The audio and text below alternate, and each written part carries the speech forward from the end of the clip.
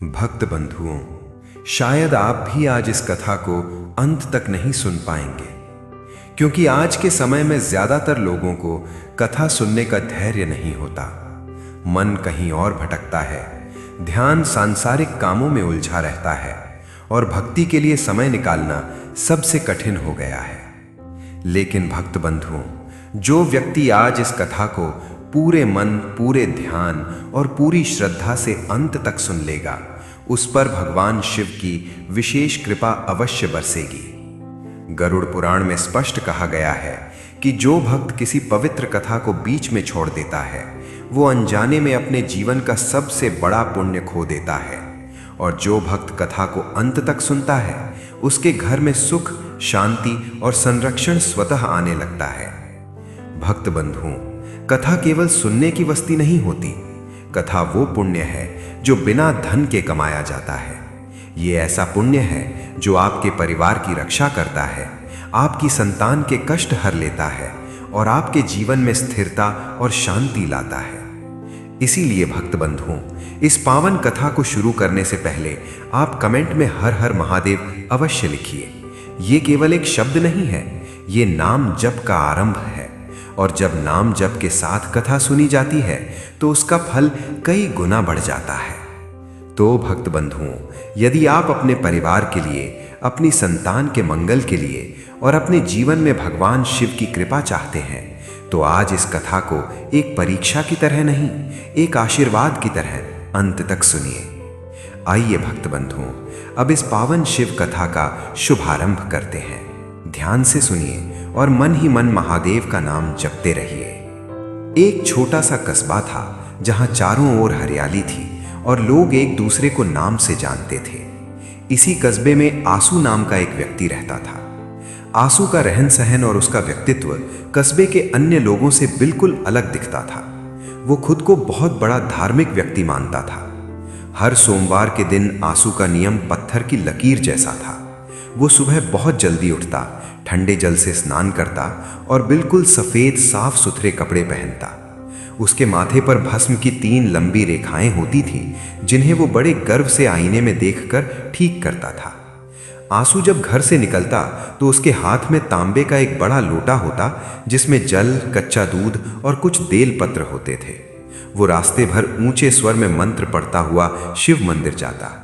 कस्बे के लोग उसे देखकर रास्ता छोड़ देते और कई लोग उसे पंडित जी या भक्त जी कहकर प्रणाम भी करते। आंसू को ये सम्मान बहुत पसंद था।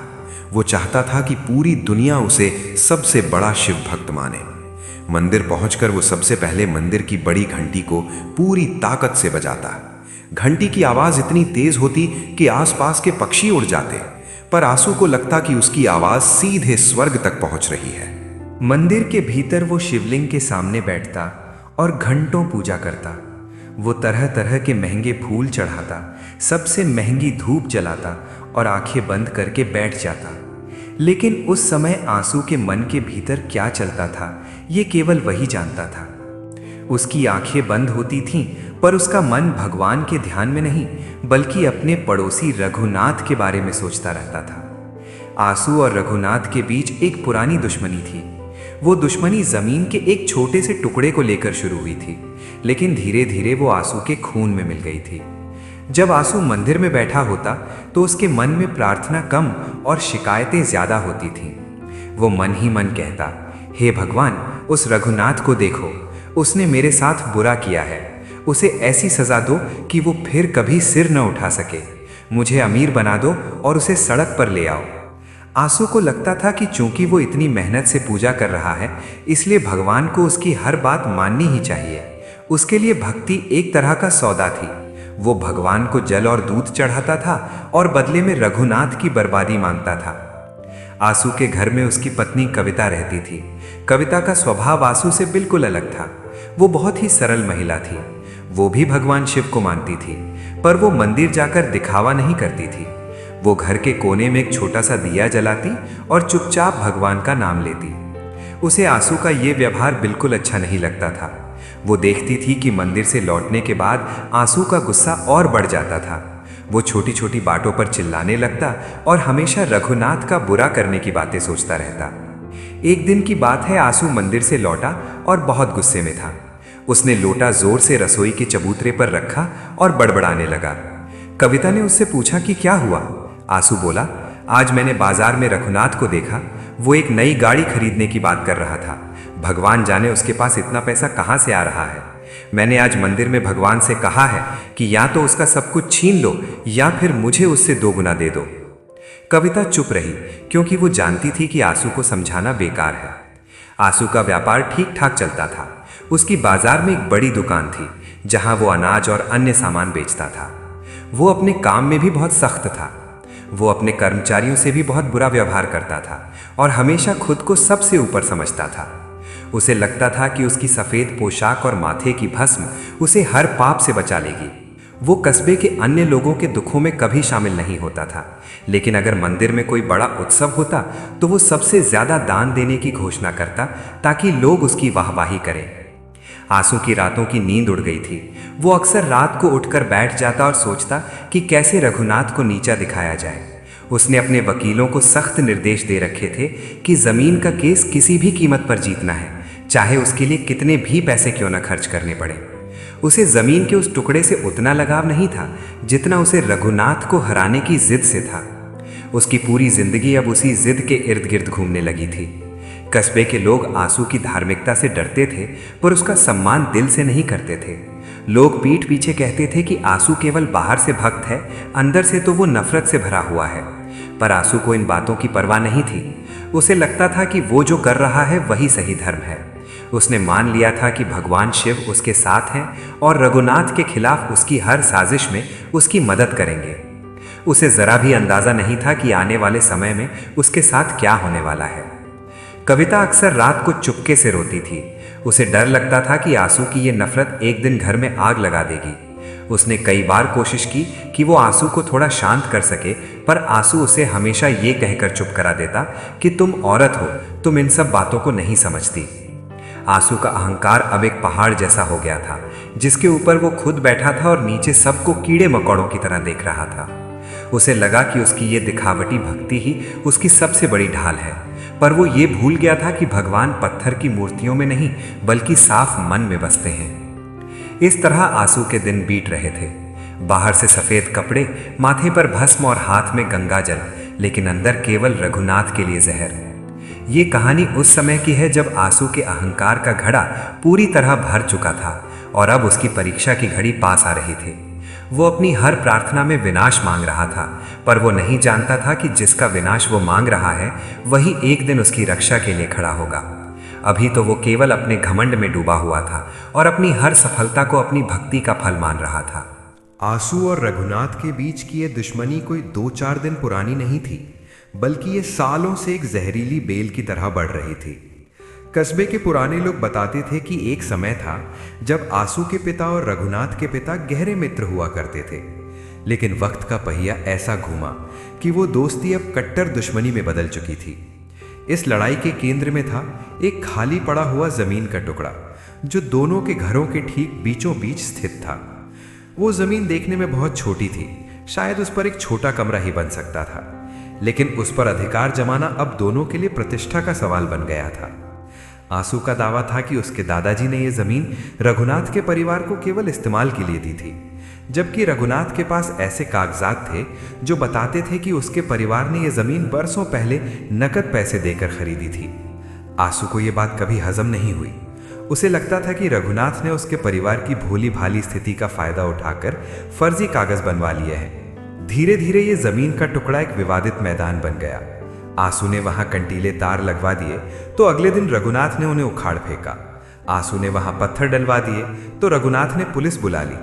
पुलिस और कचहरी के चक्कर काटते काटते आंसू का आधा जीवन बीत गया, लेकिन उसकी जिद कम होने के बजाय बढ़ती ही गई। उसने कस्बे के सबसे महंगे वकील को काम पर रखा और उससे साफ कह दिया, पैसे की चिंता मत करो, बस मुझे उस जमीन पर रघुनाथ की परछाई भी नहीं चाहिए। आंसू की दुकान मंगलम स्टोर्स शहर की सबसे प्रसिद्ध अनाज की दुकान थी। वहां से जो भी कमाई होती उसका एक बड़ा हिस्सा वो मुकदमों और वकीलों की फीस में झोंक देता था। उसे व्यापार बढ़ाने से ज्यादा दिलचस्पी इस बात में थी कि कैसे रघुनाथ को परेशान किया जाए। अगर रघुनाथ अपनी छत पर कोई नया काम शुरू करता तो आंसू तुरंत उसकी शिकायत नगर निगम में कर देता। अगर रघुनाथ के घर कोई मेहमान आता तो आंसू जानबूझकर अपने घर के बाहर गंदगी फैला देता या शोर मचाना शुरू कर देता। रघुनाथ स्वभाव से आंसू जितना उग्र नहीं था, लेकिन वो भी दबने वाला आदमी नहीं था। उसने भी तय कर लिया था कि वो आंसू की हर चाल का जवाब कानूनी तरीके से देगा। रघुनाथ का शांत रहना आंसू को और भी ज्यादा चिढ़ाता था। आंसू को लगता था कि रघुनाथ उसे कमजोर समझता है। आंसू अक्सर शाम को अपने घर के चबूतरे पर बैठकर रघुनाथ के घर की ओर घूरता रहता। उसकी आंखों में नफरत की ऐसी चमक होती थी कि पास से गुजरने वाले लोग भी डर जाते थे। कविता, आंसू की पत्नी, इस सबसे बहुत दुखी रहती थी। उसे याद था कि शादी के शुरुआती सालों में रघुनाथ की पत्नी और वो मिलकर त्योहार मनाती थी, लेकिन आंसू ने सख्त हिदायत दे दी थी कि रघुनाथ के परिवार से कोई भी रिश्ता नहीं रखा जाएगा। कविता अगर कभी बाजार में रघुनाथ की पत्नी से टकरा जाती तो उसे अपना चेहरा छिपाकर निकलना पड़ता था। आंसू ने घर के माहौल को एक जेल जैसा बना दिया था, जहां केवल नफरत की बातें होती थी। एक बार की बात है, कस्बे में बहुत बड़ा मेला लगा था। रघुनाथ का बेटा मेले में खो गया। पूरे कस्बे के लोग उसे ढूंढने में लग गए, लेकिन जब आंसू को यह बात पता चली तो उसने अपने घर के दरवाजे बंद कर लिए। उसने कविता से कहा, बाहर मत जाना, ये उस पापी के कर्मों का फल है, उसे तड़पने दो। कविता का दिल उस बच्चे के लिए रो रहा था, पर वो आंसू के गुस्से के आगे मजबूर थी। खुशकिस्मती से बच्चा मिल गया, लेकिन इस घटना ने दोनों परिवारों के बीच की खाई को और चौड़ा कर दिया। आंसू की जिद अब एक सनक में बदल गई थी। वो मंदिर जाता तो वहां भी भगवान से यही कहता कि रघुनाथ के व्यापार में घाटा हो जाए, उसके घर में बीमारियां आ जाएं। उसने धर्म को अपनी निजी लड़ाई का औजार बना लिया था। उसे लगता था कि वो जो सफेद कपड़े पहनता है और जो भस्म लगाता है, वो उसे समाज में एक ऊंचा दर्जा देती है और रघुनाथ को नीचा दिखाती है। वो अक्सर कहता था कि मैं शिव का अंश हूं और शिव बुराई का नाश करते हैं, रघुनाथ मेरे लिए वही बुराई है। कस्बे के कुछ बुजुर्गों ने एक बार पंचायत बुलाकर दोनों को समझाने की कोशिश की। सरपंच ने कहा, आंसू, तुम ये आधी जमीन रख लो और आधी रघुनाथ को दे दो, मामला खत्म करो। लेकिन आंसू पंचायत में खड़ा होकर चिल्लाया, आधी क्यों, वो पूरी जमीन मेरी है। मैं 1 इंच भी उस आदमी को नहीं दूंगा जिसने मेरे परिवार को धोखा दिया। अगर मुझे न्याय नहीं मिला तो मैं अपनी जान दे दूंगा, पर हार नहीं मानूंगा। सरपंच ने हार मान ली, क्योंकि आंसू के सिर पर अहंकार का भूत सवार था। आंसू के इस व्यवहार के कारण उसके पुराने मित्र भी उससे दूर होने लगे थे। लोग जानते थे कि आंसू के मुंह लगना मतलब मुसीबत को दावत देना है। आंसू को इस अकेलेपन की परवाह नहीं थी। उसे लगता था कि वो अकेला ही काफी है। उसका व्यापार अब धीरे धीरे गिरने लगा था, क्योंकि उसका ध्यान ग्राहकों से ज्यादा वकीलों पर था।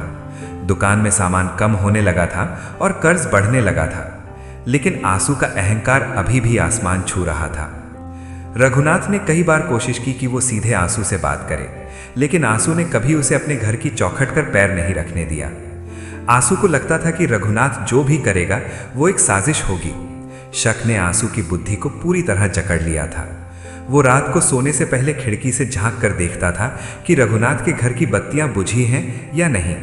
अगर रघुनाथ के घर देर रात तक रोशनी रहती तो आंसू को चिंता होने लगती कि वो कोई नया मुकदमा तैयार कर रहा होगा। ये नफरत अब आंसू के शरीर को भी सुखाने लगी थी। उसका चेहरा जो कभी भरा हुआ था अब हड्डियों का ढांचा लगने लगा था। उसकी आंखों के नीचे काले घेरे पड़ गए थे। वो हर समय चिड़चिड़ा रहता था। कविता उसके लिए खाना बनाती तो वो खाने में नुक्स निकालता और थाली फेंक देता। घर के भीतर का सुकून पूरी तरह खत्म हो चुका था। आंसू जिस जमीन के लिए लड़ रहा था वो जमीन वैसी ही सूखी पड़ी थी, लेकिन उस जमीन ने आंसू के हंसते खेलते घर को बंजर बना दिया था। आंसू की दुकान के कर्मचारी अब धीरे धीरे काम छोड़कर जाने लगे थे।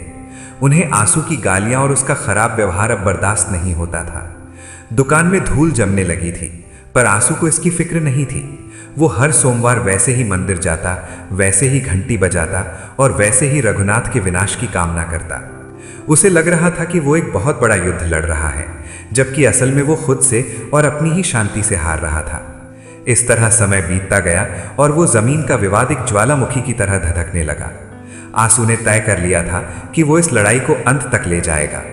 उसे नहीं पता था कि जिस जहर को वो अपने भीतर पाल रहा है वो जल्द ही उसके पूरे संसार को निगलने वाला है।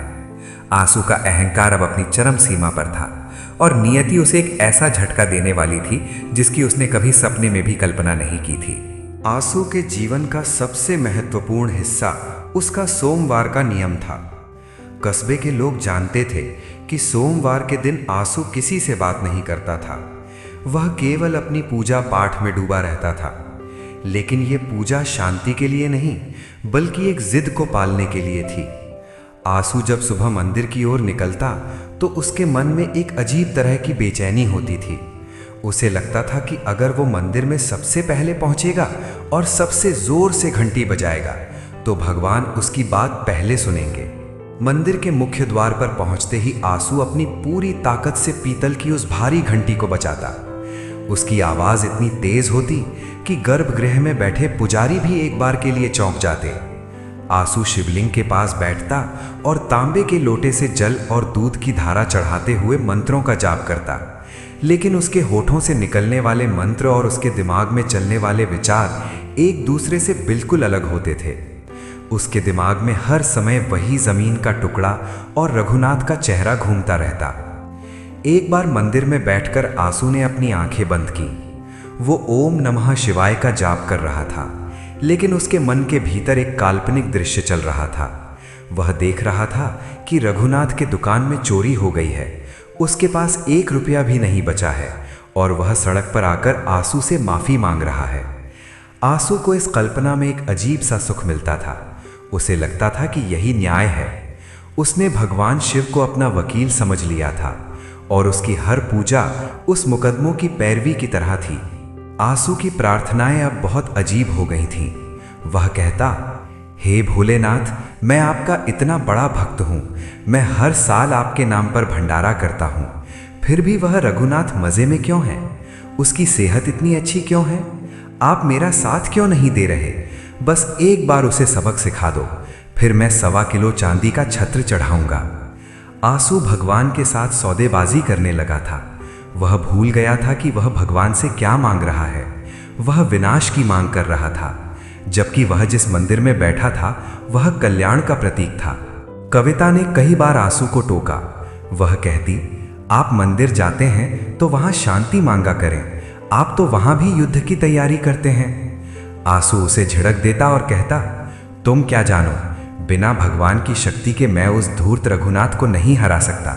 मुझे शिव की कृपा चाहिए ताकि मैं उसे पूरी तरह बर्बाद कर सकूं। आंसू के लिए मंदिर जाना एक धार्मिक कृत्य कम और अपनी दुश्मनी को ताज़ा करने का बहाना ज्यादा बन गया था। कस्बे के पुराने पुजारी जी आंसू के इस व्यवहार को करीब से देखते थे। एक दिन जब आंसू पूजा करके उठ रहा था तो पुजारी जी ने उसे पास बुलाया। उन्होंने धीमे स्वर में कहा, आंसू, तुम्हारी आंखों में बहुत ज्यादा लालच और गुस्सा दिखता है। भगवान के सामने जब आओ तो सब कुछ बाहर छोड़कर आया करो। आंसू को पुजारी जी की बात अच्छी नहीं लगी। उसे लगा कि शायद पुजारी जी भी रघुनाथ के पक्ष में बोल रहे हैं। उसने पुजारी जी को कोई जवाब नहीं दिया, बस अपना माथा टेका और गुस्से में वहां से चला आया। आंसू का यह स्वभाव अब उसके व्यापार पर भी असर डालने लगा था। उसकी दुकान में ग्राहक आने से कतराने लगे थे। आंसू हर समय गुस्से में रहता था, कभी किसी को कम तौल देता तो कभी किसी पर चिल्ला देता। उसका पूरा ध्यान इस बात पर रहता कि रघुनाथ की दुकान पर कितने ग्राहक जा रहे हैं। वह अपनी दुकान के बाहर बैठकर रघुनाथ की दुकान की ओर देखता रहता और मन ही मन उसे कोसता रहता। उसे लगता था कि रघुनाथ ने कोई जादू टोना कर दिया है जिससे उसकी दुकान नहीं चल रही। रातों को आंसू की नींद गायब हो गई थी। वह अंधेरे में अपनी छत पर टहलता रहता और रघुनाथ के घर की ओर देखता। अगर रघुनाथ के घर में कोई हंसने की आवाज आती तो आंसू का खून खौलने लगता। वह सोचता कि वह यहाँ परेशान है और उसका दुश्मन खुश है। यह विचार उसे अंदर ही अंदर खाए जा रहा था। उसने अपने वकीलों पर दबाव डालना शुरू किया कि कैसे भी करके जमीन का फैसला जल्दी करवाओ। वह वकीलों को और भी ज्यादा पैसे देने लगा, जबकि उसकी खुद की आर्थिक स्थिति अब उतनी अच्छी नहीं रही थी। कविता घर में बचत करने की कोशिश करती, पर आंसू सारा पैसा वकीलों और मंदिर के दिखावे वाले दान में उड़ा देता। आंसू को लगता था कि अगर वो मंदिर में भारी दान देगा तो भगवान उसके प्रति ज्यादा वफादार रहेंगे। उसने अपने घर में भी एक बड़ा सा शिव चित्र लगा रखा था, लेकिन उसके सामने बैठकर भी वह केवल रघुनाथ की बुराई ही सोचता था। उसकी भक्ति एक ढोंग बन गई थी जिसे वह खुद भी सच मानने लगा था। एक सोमवार को आंसू ने मंदिर में 11 ब्राह्मणों को बुलाकर एक विशेष पूजा करवाई। उसने इसमें हजारों रुपए खर्च किए। उसका मकसद केवल यह था कि रघुनाथ को यह पता चले कि आंसू कितना बड़ा भक्त है और भगवान उसके साथ हैं। पूजा के दौरान आंसू बार बार अपनी आंखें खोलकर देखता कि लोग उसे देख रहे हैं या नहीं। उसे श्रद्धा से ज्यादा अपनी शक्ति दिखाने में दिलचस्पी थी। पुजारी जी ने जब उसे संकल्प लेने को कहा तो आंसू ने मन ही मन संकल्प लिया कि वह रघुनाथ को बेघर करके ही दम लेगा। पूजा खत्म होने के बाद जब आंसू मंदिर की सीढ़ियों से उतर रहा था तो उसे रघुनाथ सामने से आता दिखा। रघुनाथ बहुत सादे कपड़ों में था और उसके हाथ में केवल एक फूल था। वह बहुत शांत दिख रहा था। आंसू ने उसे चढ़ाने के लिए जोर से हर हर महादेव का नारा लगाया और अपना सिर ऊंचा करके निकल गया। उसे लगा कि उसने आज भगवान को खरीद लिया है और अब रघुनाथ का अंत निश्चित है। लेकिन आंसू यह नहीं देख पा रहा था कि उसकी यह नफरत उसे किस विनाश की ओर ले जा रही थी। आंसू का घर अब केवल ईंट और पत्थरों का ढांचा रह गया था, क्योंकि वहां ना तो हंसी थी और ना ही सुकून। कविता सारा दिन मौन रहती और आंसू सारा दिन जहर उगलता। वह अपने खाने में भी नफरत का स्वाद ढूंढ लेता। उसने कस्बे के उन लोगों से भी बात करना बंद कर दिया था जो रघुनाथ से थोड़ी भी हमदर्दी रखते थे। आंसू ने खुद को एक ऐसे घेरे में बंद कर लिया था जहां केवल वह था और उसका दुश्मन रघुनाथ। इस तरह आंसू की विनाश की याचना दिन ब दिन बढ़ती गई। वह हर घंटी की गूंज में रघुनाथ की हार ढूंढता था। वह हर मंत्र के उच्चारण में रघुनाथ का अंत चाहता था। उसे लगा कि उसकी यह जिद ही उसकी भक्ति है, लेकिन उसे जरा भी पता नहीं था कि जिस विनाश की वह कामना कर रहा था उसकी पहली चिंगारी अब सुलगने वाली थी और वह चिंगारी सबसे पहले उसी के घर को राख करने वाली थी। आंसू के घर में जहां एक तरफ नफरत की आग हर समय सुलगती रहती थी, वहीं दूसरी तरफ उसकी पत्नी कविता एक ठंडी छांव की तरह थी। कविता को कस्बे के लोग बहुत पसंद करते थे, क्योंकि उसका चेहरा हमेशा शांत रहता था और उसकी आवाज में एक अजीब सी मिठास थी। आंसू की कड़वाहट और उसकी गुस्से वाली आदतों के बावजूद कविता ने कभी अपना धैर्य नहीं खोया। वो जानती थी कि उसके पति का मन एक ऐसी बीमारी से घिर गया है जिसका नाम नफरत है, और वो इस बीमारी को शांति से ही ठीक करना चाहती थी। कविता की सुबह आंसू से भी पहले शुरू होती थी। वो उठकर सबसे पहले घर की सफाई करती, तुलसी के पौधे को जल चढ़ाती और फिर अपने घर के छोटे से मंदिर में जाकर बैठ जाती। वो मंदिर आंसू के भव्य और दिखावे वाले मंदिर जैसा नहीं था। वहां केवल एक छोटी सी शिवलिंग की मूर्ति थी और एक पीतल का दिया। कविता जब पूजा करती तो वो कोई शोर नहीं मचाती थी। वो अपनी आंखें बंद करती और बहुत ही धीमे स्वर में भजन गुनगुनाती। उसकी प्रार्थना आंसू की तरह किसी के विनाश के लिए नहीं होती थी। वो केवल इतना कहती, प्रभु सबको सुखी रखना और मेरे घर में शांति बनाए रखना। आंसू अक्सर कविता की इस सादगी का मजाक उड़ाता था। वो कहता, तुम इस तरह चुपचाप बैठकर क्या पालोगी? देखो मुझे, मैं मंदिर में जाकर कैसे डंके की चोट पर अपनी बात कहता हूँ। भगवान भी उन्हीं की सुनते हैं जो साहसी होते हैं। तुम्हारी ये डरपोक भक्ति किसी काम की नहीं। कविता उसकी बातों का बुरा नहीं मानती थी। वो बस मुस्कुरा देती और अपने काम में लग जाती। वो जानती थी कि जो समुद्र शांत होता है वो उतना ही गहरा होता है। घर के बाहर भी कविता का व्यवहार बहुत ही दयालु था। अगर कस्बे में कोई गरीब बच्चा भूखा दिखता तो वो चुपके से उसे अपने हिस्से की रोटी दे देती। अगर कोई जानवर घायल होता तो वो उसकी सेवा करती। आंसू को कविता की ये आदतें बहुत अखरती थीं। उसे लगता था कि कविता उसका पैसा उन लोगों पर बर्बाद कर रही है जो उसके किसी काम के नहीं हैं। आंसू कहता, ये सब पुण्य कमाने का नाटक बंद करो। हमें अपनी शक्ति बढ़ानी है ताकि हम रघुनाथ को हरा सकें। लेकिन कविता का मानना था कि असली शक्ति सेवा में ही छिपी है। एक बार की बात है, रघुनाथ की पत्नी बहुत बीमार पड़ गई। कस्बे में ये खबर फैल गई कि उसे शहर के अस्पताल ले जाना पड़ेगा और उनके पास पैसों की कमी है। आंसू को जब ये पता चला तो वो बहुत खुश हुआ। वो घर आकर कविता से कहा, देखा, मेरा भगवान सुन रहा है। अब उस रघुनाथ के घर में दुखों का पहाड़ टूटेगा। उसे पता चलेगा कि मेरे खिलाफ जाने का क्या अंजाम होता है। आंसू उस रात चैन की नींद सोया, पर कविता सो नहीं सकी। उसका मन उस पड़ोसिन के लिए दुखी था जिसके साथ उसने कभी हंसते हुए दिन बिताए थे। अगली सुबह आंसू के मंदिर जाने के बाद कविता ने अपनी शादी के समय के कुछ गहने निकाले और उन्हें लेकर मंदिर के पुजारी जी के पास पहुंची। उसने पुजारी जी से विनती की, पुजारी जी, ये गहने ले लीजिए और इन्हें बेचकर जो पैसे मिले वे चुपचाप रघुनाथ के घर पहुंचा दीजिए, पर ध्यान रहे मेरा नाम किसी को पता न चले, वरना मेरे घर में क्लेश हो जाएगा। पुजारी जी ने कविता की आंखों में सच्चाई देखी और उन्होंने वैसा ही किया। कविता के मन को एक सुकून मिला जो उसे हजारों रुपए दान करने वाले आंसू के चेहरों पर कभी नहीं दिखा था। आंसू को इस बात की भनक तक नहीं लगी। वो अपनी दुकान पर बैठकर बस यही इंतजार करता रहा कि कब रघुनाथ की तबाही की कोई और बुरी खबर आए। वो अपने ग्राहकों से भी रघुनाथ की बुराई करता रहता, लेकिन कविता घर के भीतर अपनी करुणा का दिया जलाए बैठी थी। वो रोज उस बीमार महिला की सेहत के लिए प्रार्थना करती। धीरे धीरे रघुनाथ की पत्नी ठीक होने लगी। आंसू को लगा कि उसकी प्रार्थना में कोई कमी रह गई है, इसलिए उसने और ज्यादा कठोर व्रत रखने शुरू कर दिए। वो अब और भी ज्यादा चिड़चिड़ा रहने लगा था। कविता ने कई बार कोशिश की कि वो आंसू को थोड़ा समझा सके। एक शाम जब आंसू बहुत गुस्से में था, कविता ने उससे कहा, स्वामी, हम इस नफरत के चक्कर में अपनी खुशियां खो रहे हैं। हमारे पास खाने को है, रहने को छत है, फिर हमें और क्या चाहिए? आप उस जमीन के पीछे अपनी सेहत और शांति क्यों गंवा रहे हैं? भगवान कभी किसी का बुरा नहीं चाहते, फिर आप उनसे बुरा क्यों मांगते हैं? आंसू ने हाथ उठाकर उसे चुप कर दिया और कहा, तुम्हें जमीन की कीमत नहीं पता, वो मेरा सम्मान है, और अगर तुम रघुनाथ के पक्ष में एक शब्द भी बोलोगी तो मुझसे बुरा कोई नहीं होगा। कविता फिर से मौन हो गई। उसने समझ लिया था कि शब्द अब आंसू पर असर नहीं करेंगे। उसने अब केवल अपनी प्रार्थनाओं का सहारा लिया। वो घर के काम करते हुए भी मन ही मन मंत्र जपती रहती। उसने घर के वातावरण को पवित्र बनाए रखने की पूरी कोशिश की।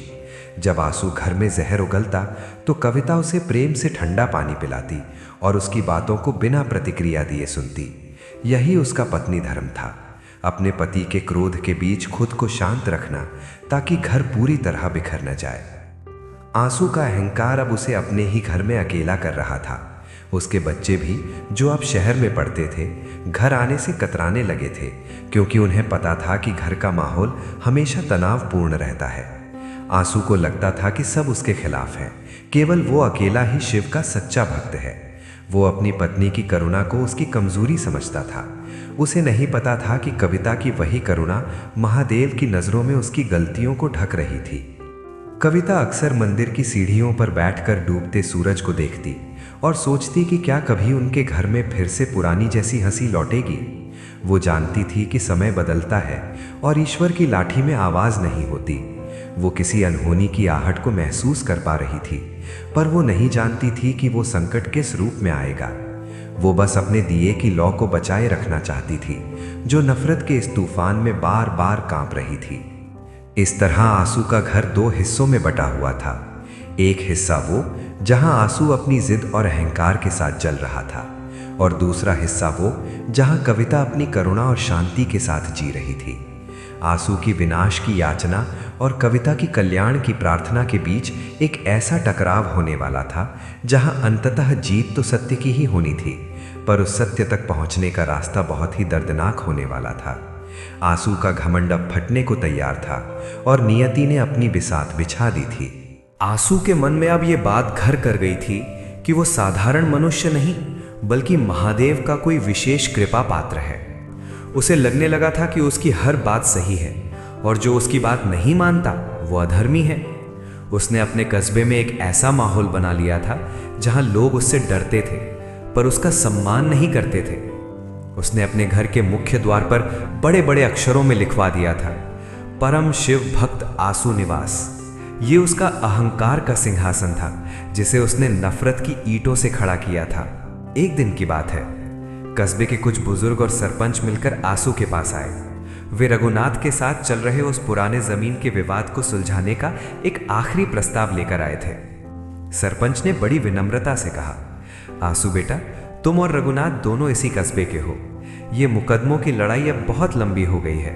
रघुनाथ ने कहा है कि वो जमीन का आधा हिस्सा छोड़ने को तैयार है, बस तुम भी अपनी जिद छोड़ दो।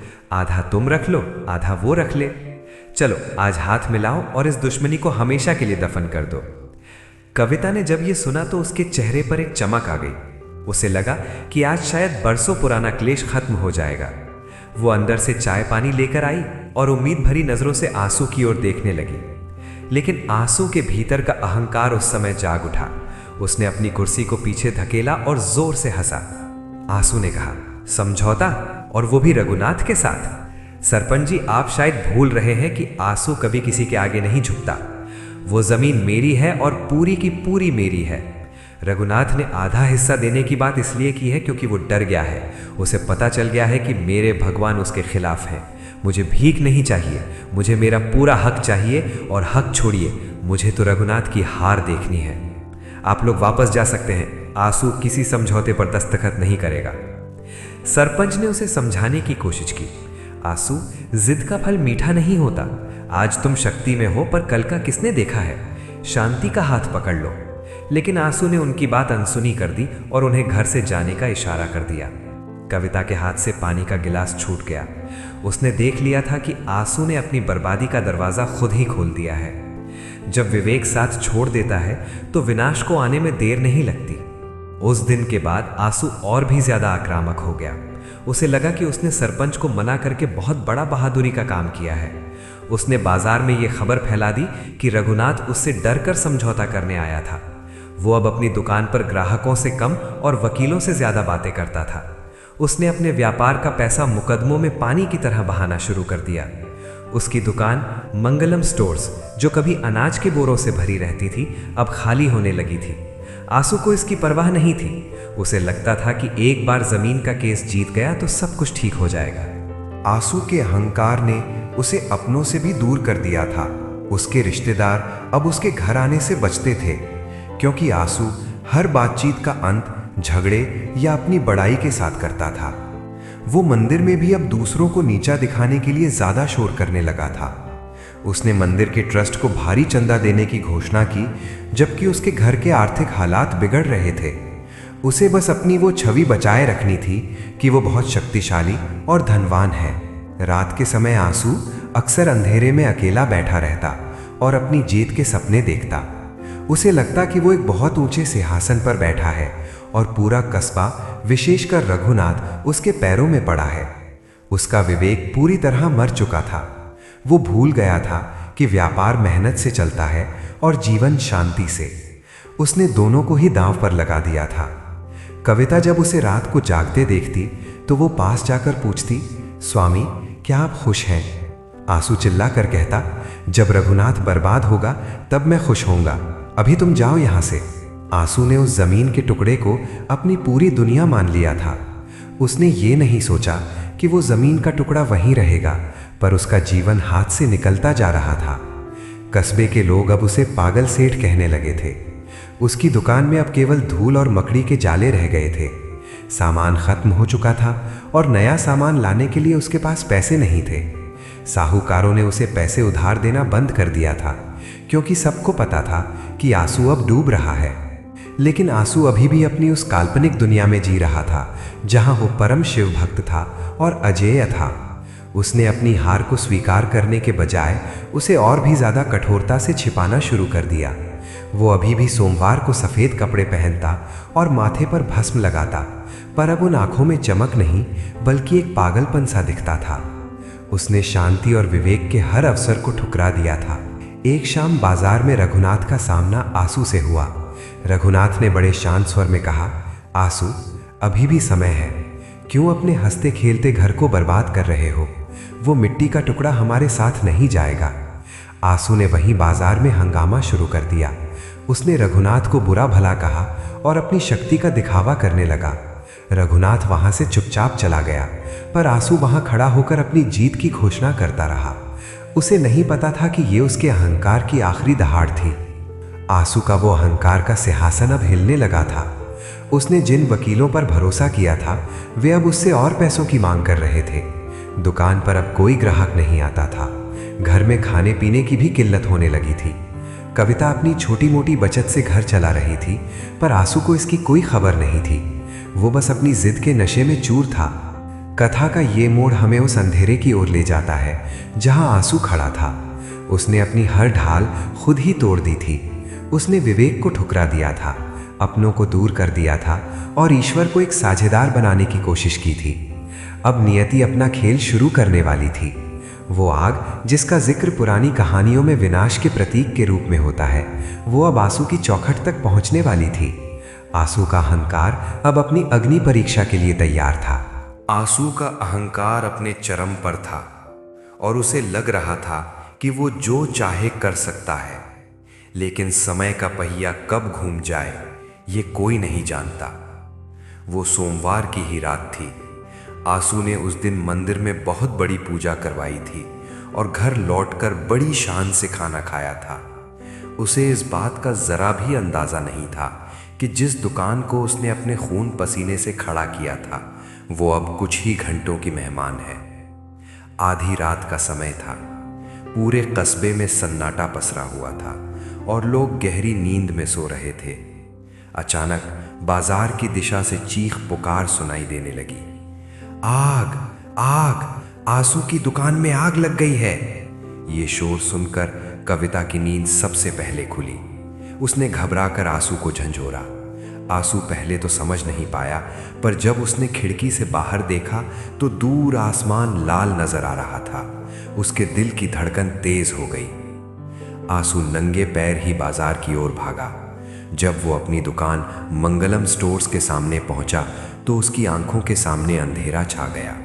उसकी 3 मंजिला दुकान आग की लपटों से घिरी हुई थी। आग इतनी भयानक थी कि लपटें आसमान को छू रही थीं और काला धुआं बादलों की तरह फैल गया था। दुकान के अंदर रखा सारा अनाज, कीमती कपड़े, नकदी और वे दस्तावेज जिन पर आंसू को अपनी जमीन की जीत का भरोसा था, सब कुछ जलकर राख हो रहा था। आंसू बदहवास होकर चिल्लाने लगा, बचाओ, कोई पानी डालो, मेरी दुकान जल रही है, मेरा सब कुछ खत्म हो जाएगा। कस्बे के लोग बाल्टियां लेकर दौड़े, पर आग का विकराल रूप देखकर किसी की पास जाने की हिम्मत नहीं हो रही थी। आग की गर्मी इतनी तेज थी कि सड़क के दूसरी तरफ खड़े होना भी मुश्किल था।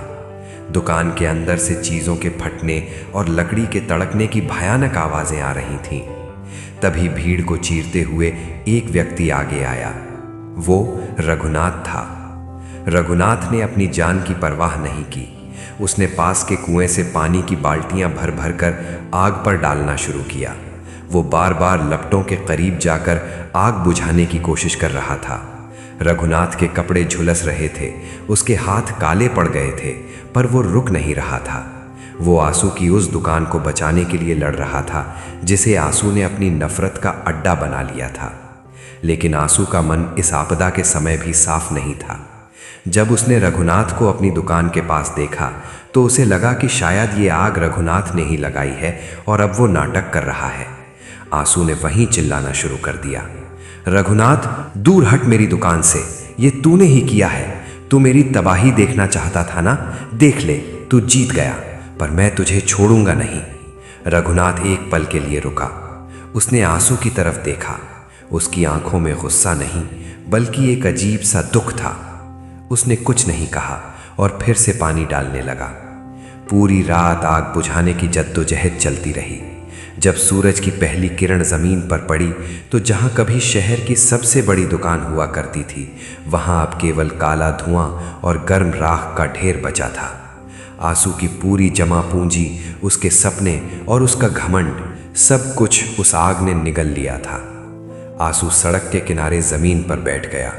उसके सफेद कपड़े अब राख से सने हुए थे और उसका चेहरा पहचान में नहीं आ रहा था। कविता वहां पहुंची और उसने आंसू को सहारा देने की कोशिश की। आंसू ने रोते हुए कहा, कविता, मैंने क्या बिगाड़ा था? मैं तो रोज मंदिर जाता था, रोज पूजा करता था, फिर भगवान ने मेरी दुकान क्यों जलाई? उन्होंने उस रघुनाथ की दुकान को क्यों छोड़ दिया जो कभी मंदिर नहीं जाता? आंसू को अभी भी लग रहा था कि भगवान ने उसके साथ अन्याय किया है। उसे ये नहीं दिख रहा था कि जिस रघुनाथ को वो कोस रहा था उसी ने अपनी जान जोखिम में डालकर उसे बचाने की कोशिश की थी। आग लगने का कारण किसी को पता नहीं चला। कोई कह रहा था कि शॉर्ट सर्किट हुआ है तो कोई इसे पुरानी रंजिश बता रहा था। लेकिन आंसू के लिए कारण मायने नहीं रखता था। उसके लिए तो उसका संसार उजड़ चुका था। उसके पास अब न दुकान थी, न सामान और न ही वो रुतबा। दुकान के जलने के साथ ही कस्बे में आंसू का प्रभाव भी खत्म होने लगा। जो लोग कल तक उसके सामने हाथ जोड़ते थे वे अब दूर से ही उसे देखकर रास्ता बदलने लगे। आंसू के पास अब केवल कर्ज बचा था। साहूकार और बैंक वाले अब उसके घर के चक्कर काटने लगे। दुकान के जलने से उसका आय का स्रोत पूरी तरह बंद हो गया था। आंसू दिन भर घर के कोने में बैठा रहता और उस राख के ढेर को याद करता रहता। उसका अहंकार अब एक कड़वाहट में बदल गया था। वो बार बार कहता, ये सब रघुनाथ की साजिश है, उसने ही मेरी दुकान में आग लगवाई है। मैं कोर्ट जाऊंगा, मैं उसे जेल भिजवाऊंगा। कविता देखती कि आंसू अब मानसिक रूप से टूटने लगा था। वो अब न मंदिर जाता था और न ही किसी से बात करता था। उसके भीतर की नफरत अब उसे अंदर ही अंदर खाने लगी थी। दुकान की आग तो बुझ गई थी, पर आंसू के मन की आग अब पहले से भी ज्यादा धधक रही थी। उसे लग रहा था कि वो पूरी दुनिया में अकेला रह गया है। रघुनाथ ने कई बार संदेश भेजा कि वो आंसू की मदद करना चाहता है, लेकिन आंसू ने हर बार उसे धुतकार दिया। आंसू को लगता था कि अगर वो रघुनाथ की मदद लेगा तो ये उसकी सबसे बड़ी हार होगी। वो गरीबी और बर्बादी झेलने को तैयार था, पर अपना सिर झुकाने को नहीं। आंसू का ये हठ अब उसे एक ऐसे अंधेरे की ओर ले जा रहा था जहां से वापसी का कोई रास्ता नहीं दिख रहा था। राख की उस ढेरी ने आंसू को उसकी हकीकत दिखा दी थी। जिस शक्ति पर वो गर्व करता था वो एक माचिस की तीली जितनी कमजोर निकली। लेकिन आंसू ने अभी भी हार नहीं मानी थी। उसे लगा कि वो अपनी नफरत के दम पर फिर से खड़ा हो जाएगा। उसे अंदाजा नहीं था कि नियति का ये तो बस पहला प्रहार था। असली परीक्षा तो अभी शुरू होनी थी, जहां उसे न केवल अपनी संपत्ति बल्कि अपनी सेहत और अपने करीबियों का साथ भी खोना था। दुकान के जलने के बाद के कुछ दिन आंसू के लिए किसी भयानक सपने जैसे थे। जब आग की लपटें ठंडी हुईं, तो उनके पीछे जो बचा था वो था केवल काला धुआं और कड़वाहट। आंसू अब घंटों बाजार में अपनी उसी जली हुई दुकान की चौखट पर बैठा रहता। लोग आते जाते उसे देखते, कुछ तरस खाते और कुछ फुसफुसाते हुए निकल जाते। आंसू को किसी की सहानुभूति अच्छी नहीं लगती थी। उसे लगता था कि हर कोई उसकी हार का मजा ले रहा है। आंसू के घर की स्थिति अब बहुत खराब हो चुकी थी। जो पैसा उसने वकीलों और मुकदमों में खर्च किया था, अब उसकी कमी खलने लगी थी। दुकान से होने वाली दैनिक आय बंद हो गई थी, लेकिन घर के खर्चे और बैंक की किश्तें वैसी ही खड़ी थीं। कविता जो भी थोड़ी बहुत बचत करती थी, वो अब घर के राशन और छोटे मोटे खर्चों में खत्म होने लगी थी। आंसू के पास अब न तो बैठने के लिए दुकान थी और न ही समाज में वो पुरानी इज्जत। एक सुबह आंसू घर के बरामदे में बैठा था कि तभी साहूकार का एक आदमी दरवाजे पर आया। उसने बड़े रूखे स्वर में कहा, सेठ जी, दुकान तो जल गई पर कर्ज तो नहीं जला। अगले हफ्ते तक पहली किश्त तैयार रखिएगा, वरना घर की कुर्की की नौबत आ जाएगी। आंसू जो कभी दूसरों पर हुक्म चलाता था, आज चुपचाप नीचा सर किए सुनता रहा। उस आदमी के जाने के बाद आंसू का क्रोध फट पड़ा। उसने घर का सामान उठा उठाकर फेंकना शुरू कर दिया। वो चिल्लाया, सब कुछ खत्म हो गया। कविता, देखो मेरा हाल। जिस शिव को मैं पूजता था उसने मुझे बीच राह में छोड़ दिया। और वो रघुनाथ आज वो बाजार में हंस रहा होगा। उसकी दुकान तो सही सलामत है, उसकी किस्मत चमक रही है और मेरा घर अंधेरे में है। आंसू का क्रोध अब भगवान और रघुनाथ दोनों के लिए बराबर हो गया था। उसने सोमवार का व्रत रखना छोड़ दिया, मंदिर जाना बंद कर दिया और अपने माथे से वो भस्म भी पोंछ दी जिसे वो अपनी शान समझता था। कविता ने उसे शांत करने की कोशिश की। स्वामी, हताश मत होइए, दुकान फिर बन जाएगी। हम मेहनत करेंगे। आप रघुनाथ के बारे में सोचना छोड़ दीजिए। वो अपनी जगह है, हम अपनी जगह। लेकिन आंसू का मन तो जैसे रघुनाथ के नाम से ही जलता था। उसने कविता को झिड़क दिया, तुम क्या जानो, वो रघुनाथ ही मेरी बर्बादी की जड़ है। उसने ही ये सब कराया है। मैं अब और शांत नहीं रहूंगा। आंसू की हताशा उसे धीरे धीरे पागलपन की ओर ले जा रही थी। बाजार में भी आंसू का व्यवहार अब विचित्र होने लगा था। वो कभी कभी अपनी जली हुई दुकान के सामने खड़ा होकर जोर जोर से चिल्लाने लगता। वो हवा में हाथ मारता मानो किसी से लड़ रहा हो। कस्बे के लोग अब उससे कतराने लगे थे। बच्चों को उसके पास जाने से मना किया जाता था। आंसू को लगने लगा था कि पूरी दुनिया उसके खिलाफ साजिश कर रही है। उसे रात में नींद नहीं आती थी। वो अंधेरे कमरे में बैठकर दीवार को घूरता रहता और मन ही मन रघुनाथ से बदला लेने की योजनाएं बनाता। आर्थिक तंगी ने आंसू के घर में कलह बढ़ा दी थी। अब घर में अक्सर अंधेरा रहता क्योंकि बिजली का बिल भरने के पैसे नहीं थे। कविता दूसरों के घरों में सिलाई कढ़ाई का काम ढूंढने लगी ताकि घर में 2 वक्त की रोटी आ सके। आंसू को जब ये पता चला तो उसका पुरुषार्थ और उसका अहंकार फिर से जाग उठा। उसने कविता से वो काम छुड़वा दिया। उसने कहा, आंसू की पत्नी दूसरों के आगे हाथ नहीं फैलाएगी, चाहे हम भूखे मर जाएं, पर मैं अपनी आन नहीं छोड़ूंगा। रघुनाथ को जब आंसू के घर की हालत का पता चला तो उसने अपने छोटे भाई के हाथ राशन और कुछ पैसे भिजवाए। रघुनाथ ने कहलाया था कि ये कर्ज नहीं बल्कि एक भाई की मदद है, लेकिन आंसू ने वो राशन और पैसे गली में फेंक दिए। उसने रघुनाथ के भाई से कहा, जाकर अपने भाई से कह दे कि आंसू अभी मरा नहीं है, मुझे उसकी भीख की जरूरत नहीं है। जब मेरा वक्त आएगा तो मैं उसे उसकी औकात दिखा दूंगा। रघुनाथ का भाई चुपचाप लौट गया, पर मोहल्ले के लोग आंसू की इस मूर्खता पर हंसने लगे। आंसू का क्रोध अब उसके स्वास्थ्य पर असर डालने लगा था। उसका चेहरा काला पड़ गया था और आंखें अंदर धंस गई थी। वो बात बात पर कांपने लगता था। उसे हर समय ये डर सताता रहता था कि रघुनाथ अब उस विवादित जमीन पर कब्जा कर लेगा। वो कमजोर होने के बावजूद लाठी लेकर उस जमीन के पास पहरा देने जाता। उसे लगता था कि वही एक टुकड़ा अब उसके जीवन का आखिरी मकसद बचा है। कविता देखती थी कि कैसे एक हंसता खेलता इंसान अपनी ही नफरत की आग में जलकर राख हो रहा था। उसने आंसू से मिन्नतें की कि वो शहर जाकर डॉक्टर को दिखाए या किसी रिश्तेदार से मदद मांगे, पर आंसू अपनी जिद पर अड़ा रहा। उसने खुद को एक कमरे में बंद कर लिया। वो न ठीक से खाता था और न ही नहाता था। उसके भीतर की हताशा ने उसे एक ऐसे अंधेरे कुएं में धकेल दिया था जहां से उसे रोशनी की कोई किरण दिखाई नहीं दे रही थी। एक दिन बाजार में किसी ने खबर उड़ा दी कि रघुनाथ उस जमीन पर मंदिर बनाने की सोच रहा है। ये सुनते ही आंसू का खून खौल उठा। वो कमजोरी के बावजूद भागा भागा रघुनाथ के घर पहुंचा और उसके दरवाजे पर जाकर खूब हंगामा किया। उसने रघुनाथ को बहुत बुरा भला कहा। रघुनाथ बाहर आया और बस इतना कहा, आंसू तुम बीमार हो, घर जाओ और आराम करो। रघुनाथ की ये शांति आंसू को किसी थप्पड़ जैसी लगी। वो और भी ज्यादा भड़क गया, लेकिन उसका शरीर अब उसका साथ नहीं दे रहा था। वो वहीं जमीन पर गिर पड़ा। आंसू की हताशा अब उसके जीवन की सबसे बड़ी दुश्मन बन गई थी। उसने मान लिया था कि वो हार चुका है, पर वो अपनी हार को स्वीकार करने के बजाय दूसरों को इसका दोषी ठहरा रहा था।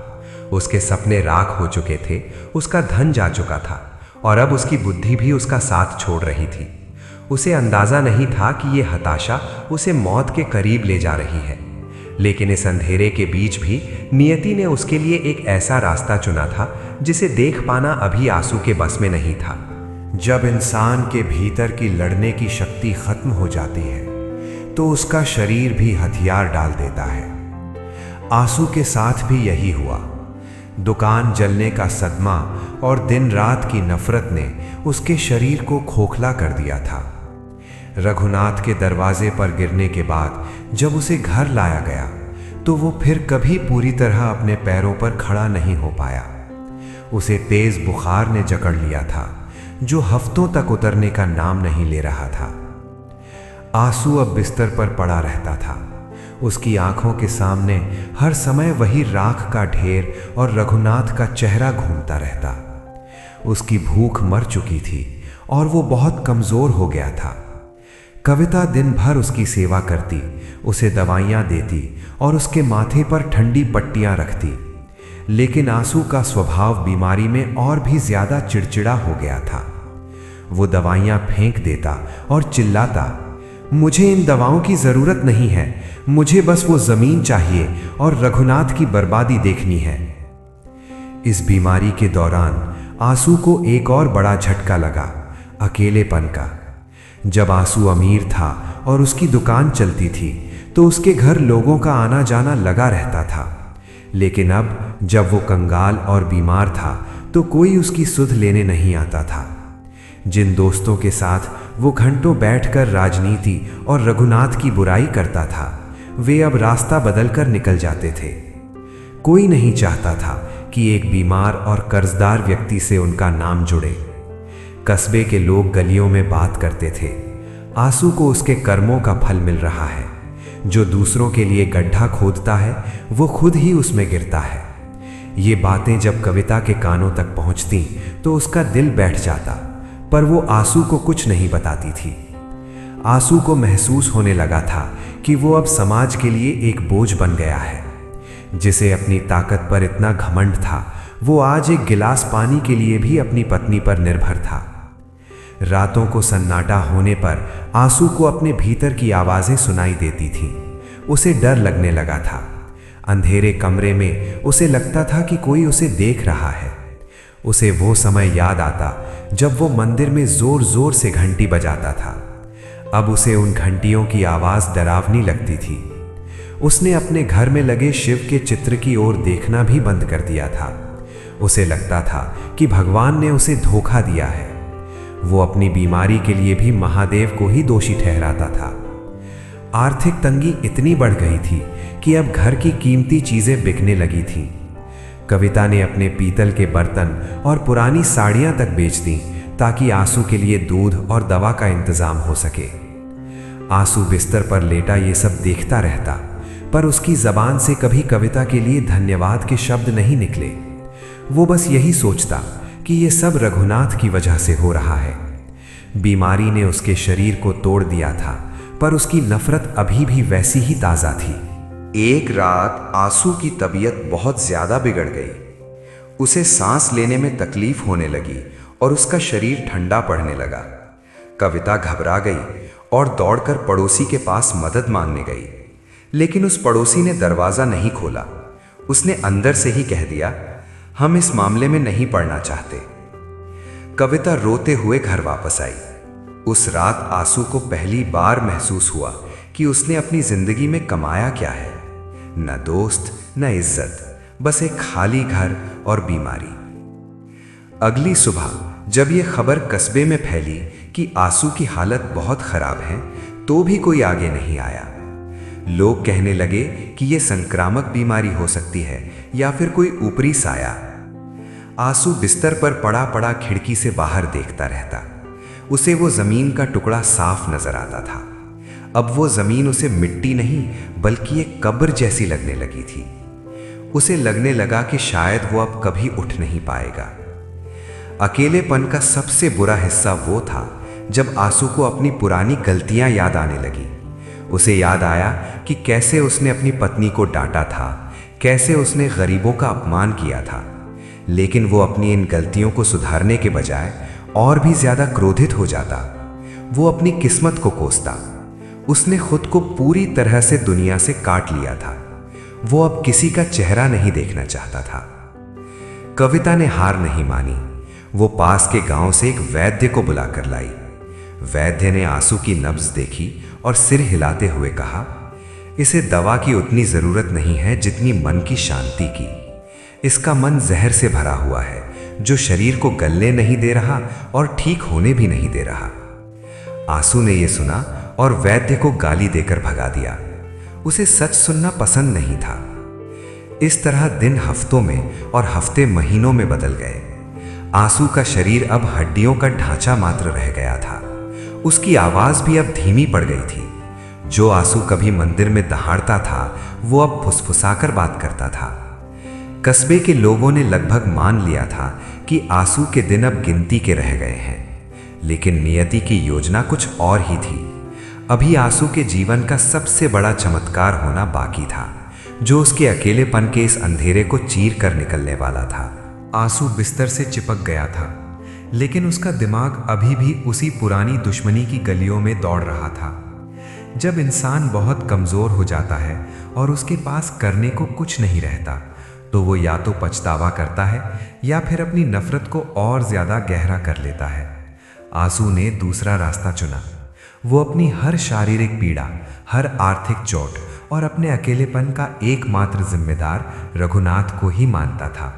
अक्सर दोपहर के समय जब घर में सन्नाटा होता और कविता रसोई में काम कर रही होती, आंसू खिड़की के बाहर देखता रहता। अगर उसे दूर से भी रघुनाथ की परछाई दिख जाती या उसकी आवाज़ सुनाई दे जाती तो आंसू के कमज़ोर शरीर में एक अजीब सी बिजली दौड़ जाती। वो कांपते हाथों से चादर पकड़ लेता और बुदबुदाने लगता, देखो उसे, वो कितना खुश है। मेरी बर्बादी पर उसकी चाल और भी तेज हो गई है। वो मेरी मौत का इंतजार कर रहा है ताकि उस जमीन पर महल खड़ा कर सके। आंसू का भ्रम अब इस हद तक बढ़ गया था कि उसे अपनी बीमारी भी रघुनाथ की साजिश लगने लगी थी। एक दिन जब कविता उसे काढ़ा पिला रही थी, आंसू ने प्याला दूर हटा दिया और कहा, कविता, क्या तुम्हें पक्का पता है कि ये दवा वैद्य ने ही दी है? कहीं रघुनाथ ने वैद्य को पैसे देकर इसमें कुछ मिलवा तो नहीं दिया? वो चाहता है कि मैं धीरे धीरे दम तोड़ दूं। कविता की आंखों में आंसू आ गए। उसने कहा, स्वामी, कैसी बातें कर रहे हैं आप? वो बेचारा तो खुद मंदिर में आपकी सलामती के लिए दिया जलाता है। रघुनाथ का नाम सुनते ही आंसू भड़क गया। दिया जलाता है? वो ढोंग कर रहा है। वो दुनिया को दिखाना चाहता है कि वो कितना महान है। मुझे उसकी हमदर्दी से नफरत है। आंसू को अब रघुनाथ की अच्छाई भी एक चाल लगने लगी थी। उसे लगने लगा था कि रघुनाथ ने बाजार में उसकी दुकान के ग्राहकों को भी भड़काया है और उसी ने आग लगाने वाले को पैसे दिए थे। उसके पास इन बातों का कोई सबूत नहीं था, पर उसका मन अब केवल जहर उगलना जानता था। एक रात आंसू को तेज ठंड लगी और वो कांपने लगा। घर में ओढ़ने के लिए पर्याप्त कपड़े नहीं थे क्योंकि पुराने कपड़े जल चुके थे या बेचे जा चुके थे। कविता ने उसे अपनी साड़ी ओढ़ा दी, पर उसकी कपकपी कम नहीं हुई। आंसू उस हालत में भी बोला, अगर आज मेरे पास पैसे होते तो मैं रेशमी लिहाफ में सोता। वो रघुनाथ, उसके पास आज सब कुछ है। उसने मेरी किस्मत छीन ली है। भगवान भी उसका साथ दे रहे हैं क्योंकि वो चालाक है। आंसू की नफरत अब उसकी परछाइयों से भी होने लगी थी। उसे लगता कि रात के अंधेरे में कोई उसे डराने आता है और वो आकृति रघुनाथ जैसी दिखती है। वो डरे हुए स्वर में चिल्लाता, हट जाओ मेरे सामने से, मैं तुम्हें वो जमीन नहीं दूंगा। कविता उसे संभालती और उसके सिर पर हाथ फेरती, पर आंसू का डर और नफरत कम होने का नाम नहीं लेते थे। कस्बे में एक अफवाह उड़ी कि रघुनाथ आंसू के घर की नीलामी रोकने के लिए बैंक से बात कर रहा है। जब ये खबर आंसू के कानों तक पहुंची तो आंसू बिस्तर से उठने की कोशिश करने लगा। वो गुस्से से हाँफ रहा था। वो मेरे घर की भीख देगा, वो मेरा घर खरीदेगा। मैं इस घर में आग लगा दूंगी, पर उसकी दया पर नहीं रहूंगा। कविता, उसे कह दो कि हमारे घर की तरफ देखे भी नहीं। आंसू का अहंकार अभी भी इतना बड़ा था कि वो सड़क पर आने को तैयार था, पर अपने शत्रु की मदद स्वीकार करने को नहीं। बीमारी और नफरत के इस मेल ने आंसू के चेहरे को डरावना बना दिया था। जो लोग कभी कभी हाल पूछने आ जाते थे, वे भी उसकी बातें सुनकर वापस नहीं आते थे। आंसू हर किसी से केवल रघुनाथ की बुराई करता। वो कहता कि कैसे रघुनाथ ने उसके पूर्वजों को धोखा दिया और कैसे अब वो पूरे कस्बे को हड़पना चाहता है। लोग पीठ पीछे कहते थे कि आंसू अब मानसिक संतुलन खो चुका है। इस संकट के समय में भी आंसू ने एक बार भी महादेव से अपने व्यवहार के लिए माफी नहीं मांगी। वो महादेव से अभी भी यही कहता था, हे शिव, अगर आप सच में हैं तो बस मुझे इतना सामर्थ्य दें कि मैं उस रघुनाथ को रोते हुए देख सकूं। उसकी प्रार्थनाएं अभी भी विनाश की ही थीं। वो भूल गया था कि उसका अपना शरीर विनाश की ओर बढ़ रहा है। कविता चुपचाप ये सब सहती रही। वो देख रही थी कि आंसू का मन उस जहरीली बेल की तरह हो गया है जो खुद को ही सुखा रही है। उसने आंसू को समझाना छोड़ दिया था क्योंकि उसे पता था कि नफरत अब आंसू की रगों में खून बनकर दौड़ रही है। आंसू को अब केवल एक ही चीज दिखती थी, दुश्मनी। उसे ना अपनी पत्नी का त्याग दिख रहा था, ना अपनी बिगड़ती हालत और ना ही सच्चाई। आंसू की दुकान जल चुकी थी। उसका शरीर जर्जर हो चुका था और अब उसके घर में दरिद्रता ने अपना डेरा जमा लिया था। ये समय कविता के लिए किसी अग्नि परीक्षा से कम नहीं था। एक तरफ उसका बीमार पति था जो पल पल नफरत और बीमारी की आग में जल रहा था, और दूसरी तरफ घर का वो खाली कोना था जहां अब राशन के डिब्बे भी खाली होने लगे थे। कविता के लिए सबसे बड़ी चुनौती ये थी कि वो अपने विश्वास को कैसे बचाए रखे जब चारों ओर केवल अंधकार ही अंधकार दिख रहा था। घर में अब एक वक्त की रोटी का संकट खड़ा हो गया था। आंसू को दवाइयों की जरूरत थी, लेकिन जेब में 1 रुपया भी नहीं बचा था। कविता ने अपनी शादी के जोड़े से लेकर पुराने कांसे के बर्तन तक बेच दिए थे। एक दिन ऐसा आया जब घर में आंसू को खिलाने के लिए दलिया बनाने भर का अनाज भी नहीं बचा। कविता ने अपनी भूख को मार लिया, लेकिन वो नहीं चाहती थी कि उसका बीमार पति भूखा रहे। उसने चुपचाप पड़ोसियों से मदद मांगने की कोशिश की, लेकिन आंसू के व्यवहार की वजह से लोगों ने अपने दरवाजे बंद कर लिए थे। कविता की ये परीक्षा केवल आर्थिक नहीं थी, बल्कि मानसिक भी थी। आंसू बिस्तर पर पड़ा पड़ा हर समय उसे ताने देता था। वो कहता, क्या कर रही हो सारा दिन? अगर तुमने मेरा साथ दिया होता और उस रघुनाथ के खिलाफ खड़ी होती तो आज ये दिन नहीं देखना पड़ता। कविता बिना कुछ बोले उसके कड़वे बोल सुनती और उसके घावों पर पट्टी करती। वो मन ही मन सोचती कि क्या कभी उसके स्वामी की बुद्धि फिर से शुद्ध होगी। उसका विश्वास डगमगाने लगा था, पर वो फिर से अपने छोटे से मंदिर के सामने बैठ जाती और कहती, हे महादेव, मुझे टूटने मत देना। एक दोपहर कविता बाजार गई थी ताकि अपनी आखिरी सोने की चूड़ी बेच सके। बाजार में उसे रघुनाथ की पत्नी मिली। रघुनाथ की पत्नी ने कविता के हाथ पकड़े और उसकी आंखों में आंसू आ गए। उसने कहा, बहन, हमें सब पता है, क्यों इतना कष्ट झेल रही हो? रघुनाथ जी ने कहा है कि तुम जब चाहो हमसे मदद ले सकती हो। कविता का स्वाभिमान और आंसू की दी हुई कस्में उसके सामने आ गईं। उसने हाथ जोड़ लिए और बिना कुछ बोले वहां से भाग खड़ी हुई। उसे लगा कि अगर उसने मदद ली तो वो आंसू के साथ विश्वासघात होगा। अभाव का असर अब घर की हर चीज पर दिखने लगा था। बारिश का मौसम आया तो छत से पानी टपकने लगा। आंसू का बिस्तर गीला होने लगा, पर मरम्मत के लिए पैसे नहीं थे। कविता पूरी रात जागकर आंसू के ऊपर छाता लेकर बैठी रहती ताकि उसे ठंड न लगे।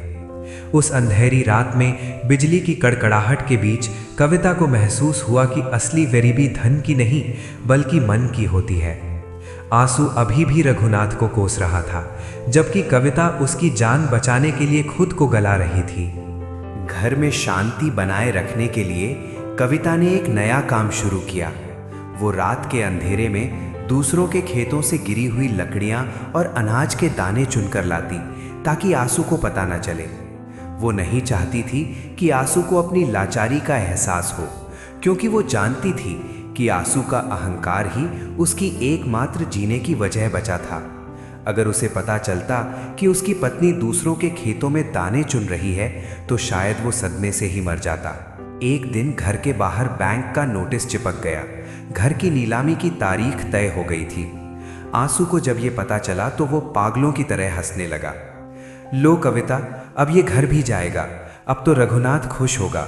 वो इसी दिन का इंतजार कर रहा था। कविता का धैर्य अब जवाब देने लगा था। वो पहली बार आंसू के सामने जोर से रो पड़ी। उसने कहा, स्वामी, क्या आपको अब भी केवल रघुनाथ ही दिखता है? क्या आपको मेरी मेहनत, मेरी भूख और मेरा त्याग नहीं दिखता? हम घर खो रहे हैं क्योंकि आप अपनी नफरत नहीं छोड़ पा रहे। आंसू उस दिन पहली बार चुप हुआ। उसने कविता की सूखी हुई कलाई और उसके फटे हुए कपड़े देखे। उसे एक पल के लिए अपनी गलती का एहसास हुआ, पर अगले ही पल फिर से नफरत का पर्दा उसकी आंखों पर गिर गया। उसने मुंह फेर लिया और दीवार की तरफ देखने लगा। कविता ने समझ लिया कि आंसू का हृदय पत्थर का हो चुका है। अब केवल कोई चमत्कार ही उसे बदल सकता था। अभाव और विश्वास की इस जंग में कविता अकेली पड़ती जा रही थी। उसे लगने लगा था कि उसकी प्रार्थनाएं बेअसर हो रही हैं। मंदिर के पुजारी ने उसे एक दिन राह चलते देखा तो कहा, बेटी, जब तक रोगी खुद ठीक नहीं होना चाहता, दवा काम नहीं करती। तुम्हारे पति का रोग शरीर में नहीं, उसकी आत्मा में है। कविता ने पुजारी की बात सुनी और तय किया कि वो अब आंसू के लिए नहीं बल्कि उसके विवेक के लिए प्रार्थना करेगी। उस रात कविता ने बिना कुछ खाए पूरी रात महादेव के सामने दीपक जलाकर रखा। उसने संकल्प लिया कि जब तक आंसू के मन का द्वेष खत्म नहीं होगा वो अन्न ग्रहण नहीं करेगी। घर में राशन नहीं था, ये मजबूरी थी, पर अब कविता ने इसे अपनी तपस्या बना लिया था। अभाव अब उसकी शक्ति बन चुका था। वो देखना चाहती थी कि महादेव कब तक उसकी परीक्षा लेते हैं। आंसू के जीवन में अब वो समय आ गया था जिसे लोग बुरा वक्त कहते हैं। लेकिन आंसू के लिए ये केवल बुरा वक्त नहीं था, बल्कि उसके द्वारा बोए गए कड़वे बीजों की फसल काटने का समय था। घर के बाहर बैंक का नोटिस लगा था और घर के भीतर दरिद्रता का वास था। सबसे दुखद बात ये थी कि जिस समाज और जिन रिश्तेदारों के सामने आंसू अपनी झूठी शान बघारता था, उन सब ने अब उससे पूरी तरह मुंह मोड़ लिया था। आंसू के कुछ सगे भाई और करीबी रिश्तेदार पास के ही गांव में रहते थे। जब आंसू अमीर था तो ये लोग अक्सर उसके घर आते थे, उसके हाथ का बना पकवान खाते थे और उससे आर्थिक मदद भी लेते थे। लेकिन जैसे ही आंसू की दुकान जली और वो कर्ज में डूबा, वे सब ऐसे गायब हो गए जैसे कभी थे ही नहीं। कविता ने एक एक करके सबको चिट्ठी भेजी, संदेश भिजवाए कि आंसू बहुत बीमार है और घर की नीलामी होने वाली है, पर किसी का कोई जवाब नहीं आया।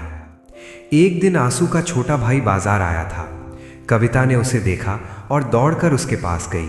उसने आंखों में आंसू भरकर कहा, भाई साहब, आपके बड़े भाई बिस्तर पर हैं, कम से कम एक बार आकर देख तो लीजिए।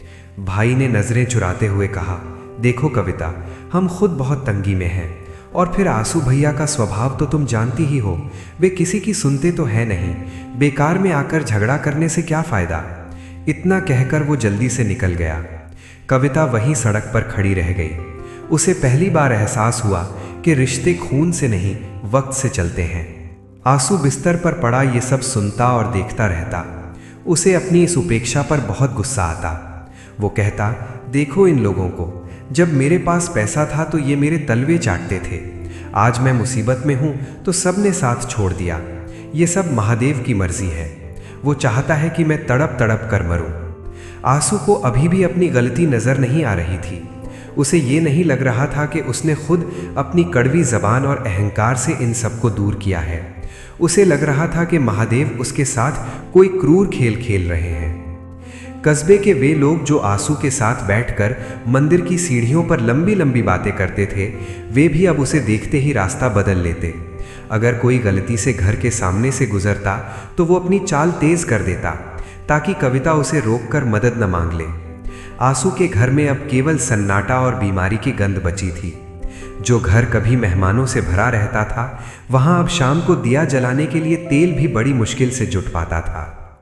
महादेव की ये मौन लीला बड़ी विचित्र थी। आंसू को ऐसा लग रहा था कि भगवान सो गए हैं। वो चिल्लाकर कहता, कहाँ हो प्रभु, क्या तुम्हें मेरी ये हालत नहीं दिखती? क्या तुम्हें उस रघुनाथ की तरक्की ही देखनी है? मुझे उठा क्यों नहीं लेते? आंसू की ये पुकार श्रद्धा से नहीं, बल्कि क्रोध और हताशा से भरी थी। उसे लग रहा था कि मौन रहकर महादेव उसका अपमान कर रहे हैं। उसे नहीं पता था कि ये मौन उसे खुद से मिलाने की एक प्रक्रिया थी। कविता ने इस दौरान एक अद्भुत धैर्य दिखाया। जब सब ने साथ छोड़ दिया तो वो और भी मजबूत हो गई। वो आंसू की वो लाठी बन गई जिसके बिना वो एक पल भी नहीं रह सकता था। वो भूखी रहती, पर आंसू को समय पर जो भी रूखा सूखा मिलता खिलाती। आंसू अक्सर उसे डांटता, क्यों कर रही हो ये सब? जब भगवान ने साथ छोड़ दिया तो तुम भी छोड़ दो, जाओ अपने मायके चली जाओ। कविता बस इतना कहती, आप मेरे पति हैं और मैं आपकी परछाई। परछाई कभी साथ नहीं छोड़ती। एक दोपहर कुछ लोग घर का नापजोक करने आए। नीलामी की प्रक्रिया शुरू हो गई थी। आंसू खिड़की से उन्हें देख रहा था। उसके पास अब विरोध करने की भी शक्ति नहीं बची थी। उसे लगा कि अब सब खत्म हो गया है। उसके अपने सगे संबंधी दूर खड़े तमाशा देख रहे थे। कोई ये नहीं कह रहा था कि इस घर को बचाने के लिए वे कुछ करेंगे। आंसू की आंखों से पहली बार बेबसी के आंसू निकले। उसने महसूस किया कि उसकी पूरी जिंदगी एक भ्रम थी। वो जिसे अपनी शक्ति समझता था, वो केवल कागजी थी। उसी समय बाजार में एक चर्चा शुरू हुई। किसी ने कहा कि रघुनाथ नीलामी में भाग लेने वाला है और वो इस घर को खरीद लेगा। जब ये बात आंसू तक पहुंची तो उसकी रूह कांप गई। उसे लगा कि ये उसके लिए मौत से भी बदतर होगा। रघुनाथ मेरे घर में रहेगा, मेरे पूर्वजों की जमीन पर उसका कब्जा होगा। आंसू का खून फिर से उबलने लगा, पर शरीर ने साथ नहीं दिया। वो केवल बिस्तर पर पड़े पड़े हाथ पांव पटक कर रह गया। अकेलेपन का ये दौर आंसू के लिए सबसे बड़ी सजा थी। उसे याद आने लगा कि कैसे उसने लोगों का अपमान किया था, कैसे उसने अपनी धन दौलत के घमंड में गरीबों को दुत्कारा था। उसे अब अपनी आवाज की वो गूंज याद आती थी जो दूसरों को मंदिर में डराती थी। उसे समझ आने लगा था कि उसने दुनिया में एक भी अपना नहीं बनाया, उसने केवल शत्रु बनाए या फिर चापलूस। चापलूस चले गए और शत्रु सामने खड़ा था। वो अमावस्या की रात थी। आसमान में काली घटाएं छाई हुई थीं और रुक रुक कर तेज हवाएं चल रही थीं। आंसू के घर में उस रात सन्नाटा और भी गहरा था। घर की छत से पानी टपकने की आवाज किसी घड़ी की टिक टिक जैसी लग रही थी। आंसू बिस्तर पर पड़ा हुआ था, उसकी सांसें उखड़ रही थी। उसे महसूस हो रहा था कि ये रात उसके जीवन की आखिरी रात हो सकती है। शरीर में इतनी भी जान नहीं बची थी कि वो करवट बदल सके। कविता पास ही एक छोटा सा दिया जलाकर बैठी थी। दिए की लौ हवा के झोंकों से बार बार कांप रही थी, मानो वो भी आंसू की जिंदगी की तरह बुझने की कगार पर हो। घर में दवा तो क्या, पीने के लिए साफ पानी भी खत्म हो चुका था। कविता की हिम्मत जवाब दे रही थी। उसने आंसू के माथे पर हाथ रखा तो देखा कि उसका शरीर बर्फ जैसा ठंडा पड़ रहा है। वो घबराकर घर के बाहर निकली कि शायद कोई राहगीर मिल जाए, पर उस काली रात में सड़कों पर सन्नाटा पसरा था। तभी अचानक घर के बाहर किसी के चलने की आहट सुनाई दी। भारी जूतों की आवाज सूखी लकड़ियों पर पड़ रही थी। कविता डर गई। उसने सोचा कि शायद बैंक के लोग आए हैं या कोई चोर। तभी दरवाजे पर जोरदार दस्तक हुई। खट खट खट। आंसू ने अपनी धुंधली आंखों से दरवाजे की ओर देखा। उसके मन में अभी भी वही पुराना डर था। उसने फुसफुसाकर कहा, कविता मत खोलना, शायद रघुनाथ के लोग आए हैं, मुझे मारने आए हैं। कविता कांपते हाथों से दरवाजे की ओर बढ़ी। जैसे ही उसने कुंडी खोली, बाहर की तेज हवा के झोंके ने दिया बुझा दिया। अंधेरे में केवल एक लंबी परछाई खड़ी नजर आई। वो परछाई हाथ में एक लालटेन और एक थैला लिए हुए थी। जब लालटेन की रोशनी उस व्यक्ति के चेहरे पर पड़ी तो कविता की चीख निकल गई। वो रघुनाथ था। रघुनाथ बिना कुछ बोले घर के भीतर दाखिल हुआ। आंसू ने जब उसे देखा तो उसके चेहरे पर घृणा और डर के भाव एक साथ आ गए। उसने अपनी पूरी ताकत समेटकर चिल्लाने की कोशिश की, यहाँ क्यों आए हो? मेरी मौत का तमाशा देखने? जाओ यहाँ से, मुझे तुम्हारा चेहरा नहीं देखना। रघुनाथ ने आंसू की बातों का कोई जवाब नहीं दिया। उसने शांत भाव से अपनी लालटेन मेज पर रखी और अपने थैले में से कुछ बोतलें और गर्म पट्टी निकाली। उसने कविता की ओर देखा और बहुत धीमे स्वर में कहा, बहन घबराओ मत, मैं शहर से बड़ा डॉक्टर लेकर आया हूँ। वो अभी अपनी गाड़ी पार्क करके आ रहा है, तब तक ये गर्म दूध उसे पिलाने की कोशिश करो। आंसू का शरीर गुस्से से कांपने लगा। मुझे तुम्हारा दूध नहीं चाहिए, जहर होगा इसमें। कविता इसे बाहर निकालो। आंसू अभी भी उसी पुरानी नफरत की गिरफ्त में था। उसे लग रहा था कि उसका दुश्मन उसे खत्म करने के लिए इस अंधेरी रात का फायदा उठा रहा है। तभी शहर का डॉक्टर कमरे में आया। उसने तुरंत आंसू की जांच शुरू की। डॉक्टर ने सिर हिलाते हुए कहा, रघुनाथ जी, आपने सही समय पर मुझे बुला लिया। अगर 1 घंटा और बीत जाता तो इन्हें बचाना नामुमकिन था। इनका ब्लड प्रेशर बहुत गिर गया है और संक्रमण फेफड़ों तक पहुंच गया है। डॉक्टर ने इंजेक्शन निकाला और आंसू को लगाने लगा। आंसू ने विरोध करने की कोशिश की, पर उसकी शक्ति खत्म हो चुकी थी। पूरी रात रघुनाथ वहीं बैठा रहा। उसने अपने हाथों से आंसू के गीले बिस्तर को बदला, खिड़कियों के छेद बंद किए ताकि ठंडी हवा अंदर ना आए, और रसोई में जाकर खुद चाय बनाई। वो आंसू के पैरों के पास बैठा रहा, जैसे कोई छोटा भाई अपने बड़े भाई की सेवा करता है। आंसू चुपचाप ये सब देख रहा था। उसके मन में एक युद्ध चल रहा था। एक तरफ उसका सालों पुराना अहंकार था जो कह रहा था कि ये सब दिखावा है, और दूसरी तरफ उसकी आंखों के सामने घट रही हकीकत थी। सुबह होने को थी, बारिश थम चुकी थी। आंसू की सांसें अब कुछ स्थिर होने लगी थीं। उसने देखा कि रघुनाथ कुर्सी पर बैठे बैठे ही सो गया है। उसके कपड़े कीचड़ से सने थे और उसके हाथों पर वही पुराने निशान थे जो उसने आंसू की दुकान की आग बुझाते समय झेले थे। आंसू को पहली बार एहसास हुआ कि जिस व्यक्ति को वो अपना सबसे बड़ा शत्रु मानता था, वही इस काली रात में यमराज के सामने दीवार बनकर खड़ा रहा। जब रघुनाथ की आंख खुली तो उसने देखा कि आंसू उसे गौर से देख रहा है।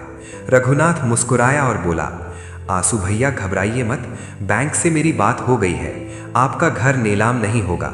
मैंने जमीन के उस विवादित टुकड़े को बाजार भाव पर खरीद लिया है और वो पैसा बैंक में जमा कर दिया है। अब वो जमीन मेरी है, पर ये घर आपका ही रहेगा। आप बस जल्दी ठीक हो जाइए। आंसू की आंखों से आंसू बहने लगे। ये नफरत के आंसू नहीं थे, बल्कि उस बोझ के गिरने के आंसू थे जिसे वो सालों से ढो रहा था। जिसे वो शत्रु समझ रहा था, वो उसके लिए देवदूत बनकर आया था। आंसू को अपनी हर गाली, अपनी हर बद्दुआ और अपना हर वो सोमवार याद आने लगा जब उसने मंदिर में रघुनाथ की बर्बादी मांगी थी। उस अंधेरी रात ने आंसू के भीतर के उस राक्षस को मार दिया था जो केवल नफरत पालना जानता था। आंसू ने कांपते हुए हाथ से रघुनाथ का हाथ पकड़ा। उसके होंठ हिल रहे थे, पर शब्द नहीं निकल पा रहे थे। रघुनाथ ने उसके हाथ पर अपना दूसरा हाथ रखा और कहा, कुछ मत बोलिए भैया, महादेव ने ही सही समय पर मुझे यहाँ भेजा है, सब ठीक हो जाएगा। सूरज की पहली किरण जब आंसू के कमरे में खिड़की के रास्ते दाखिल हुई तो कमरे का नजारा बदल चुका था। दवा और डॉक्टर की देखभाल से आंसू का शरीर थोड़ा स्थिर हुआ था, लेकिन उसका मन अब एक अलग ही आग में जल रहा था। ये पश्चाताप की अग्नि थी।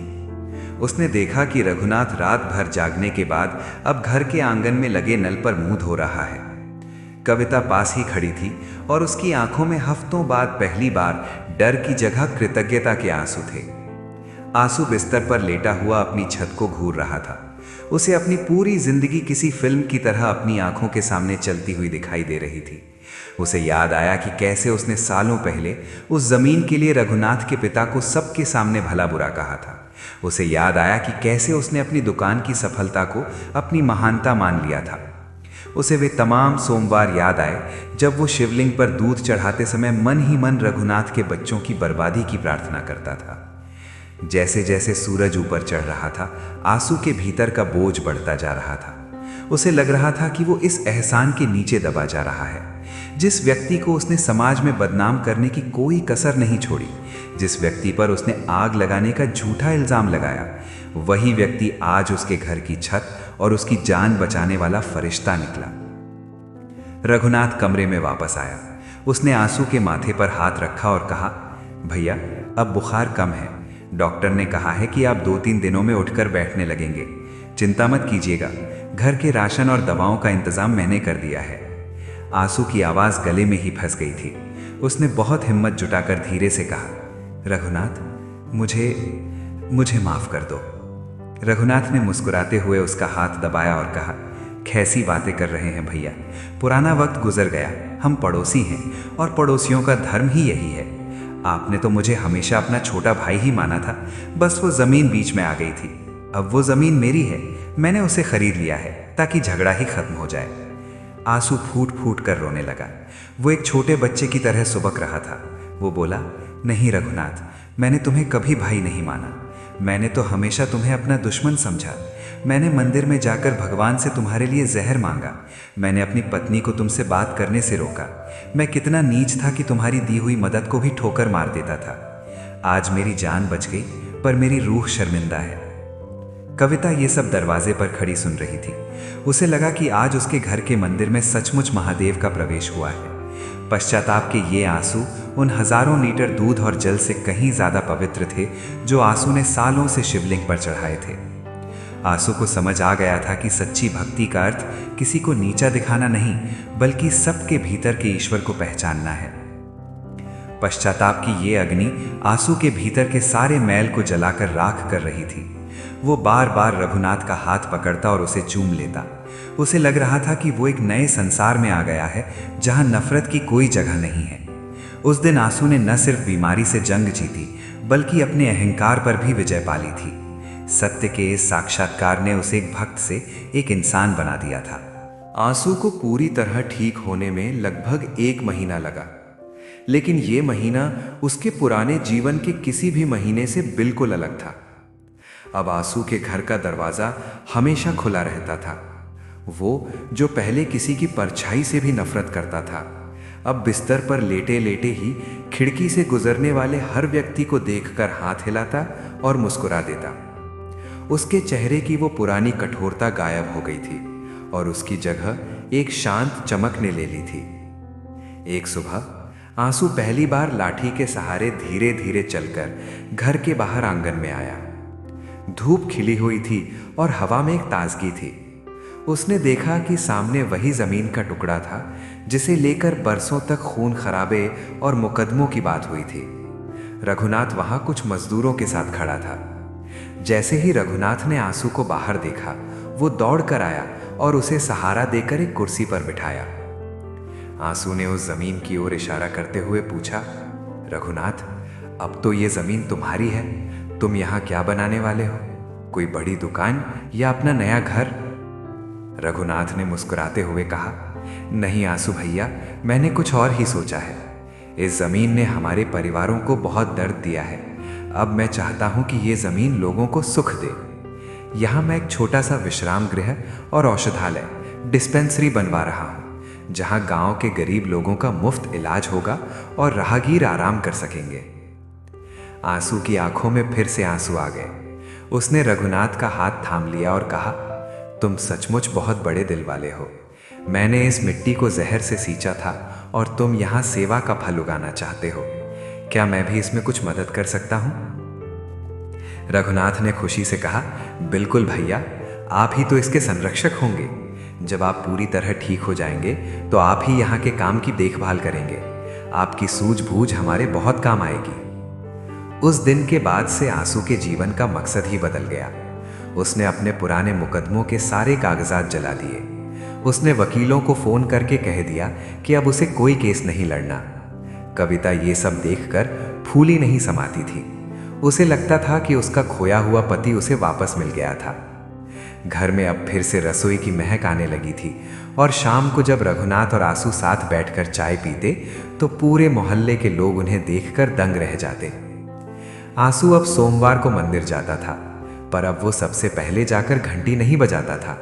वो चुपचाप लाइन में खड़ा होता और जब उसका नंबर आता तो वो केवल इतना कहता, प्रभु, मुझे प्रेम का रास्ता दिखाने के लिए धन्यवाद। अब वो मंदिर से लौटते समय गरीबों को खाना बांटता और लोगों का हालचाल पूछता। कस्बे के जो लोग पहले उसे पागल सेठ कहते थे, अब वे उसे आंसू भाई कहकर सम्मान देने लगे थे। एक दिन आंसू ने रघुनाथ से कहा, रघुनाथ, मेरी दुकान तो जल गई, पर उस आग ने मेरी आंखों का जाला भी जला दिया। अगर वो दुकान न जलती और मैं बीमार न पड़ता तो शायद मैं कभी नहीं जान पाता कि तुम कितने अच्छे इंसान हो। कभी कभी भगवान हमें वो सब कुछ छीन कर देता है जो हमारे लिए जहर बन चुका होता है। दोनों परिवारों के बीच अब कोई पर्दा नहीं था। कविता और रघुनाथ की पत्नी मिलकर उस औषधालय के लिए जड़ी बूटियां तैयार करती। आंसू के बच्चे भी जब शहर से घर आए तो वे अपने पिता में ये बदलाव देखकर हैरान रह गए। घर का वो भारी सन्नाटा अब हंसी ठिठोली में बदल चुका था। नफरत की वो पुरानी राख अब पूरी तरह ठंडी हो चुकी थी और उस राख से प्रेम और भाईचारे का एक नया पौधा उगाया था। आंसू ने अपनी लाठी किनारे रख दी थी क्योंकि अब उसके मन को सहारा मिल गया था। उसने समझ लिया था कि जमीन का मालिक कोई नहीं होता, हम सब बस कुछ समय के लिए इस मिट्टी पर आते हैं।